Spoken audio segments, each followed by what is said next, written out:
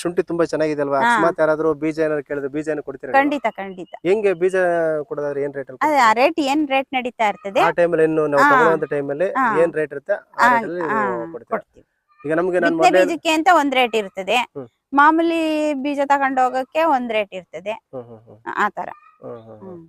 ಈಗ ಶುಂಠಿ ಅದೇನೋ ನಮ್ ಬಿಸ್ಕೆಟ್ ಕಲರ್ ಇರ್ಬೇಕು ಅಂತಾರಲ್ಲ, ನಮ್ದು ಅದೇ ಕಲರ್ ಇರೋದು.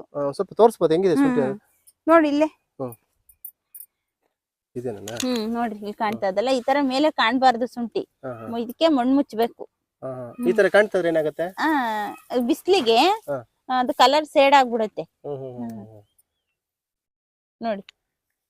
ಈ ರೀತಿ ಒಳ್ಳೆ ಶುಂಠಿ ಅಂತ ಅರ್ಥ. ನೋಡಿ ಈಗ ನಾವು ಸಂತೆನಲ್ಲಿ ಇವೆಲ್ಲ ತಗೋತೀವಲ್ವಾ, ಅದ್ರಲ್ಲಿ ಹಿಂಗ ನಾವು ಹಿಂಗ್ ಮುರಿದ ತಕ್ಷಣನೇ ಒಂಥರ ಸ್ಮೆಲ್ ಬರ್ತಾ ಇರ್ತದೆ, ನಾರ್ ತರ ಏನದು ಕೊಳ್ತೋಗಿರ್ತದೆ ಅಂತ. ಕೊಳ್ತಾಗಿರುತ್ತೆ ಅಂದ್ರೆ ಶುಂಠಿ ಹೋಗಿದೆ ಅದು, ಶುಂಠಿ ಹೋಗೈತೆ ಅಂತ.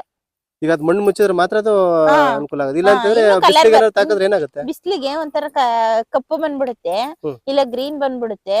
ಅದಕ್ಕೆ ಮಣ್ಣು ಮುಚ್ಚಿದಾಗ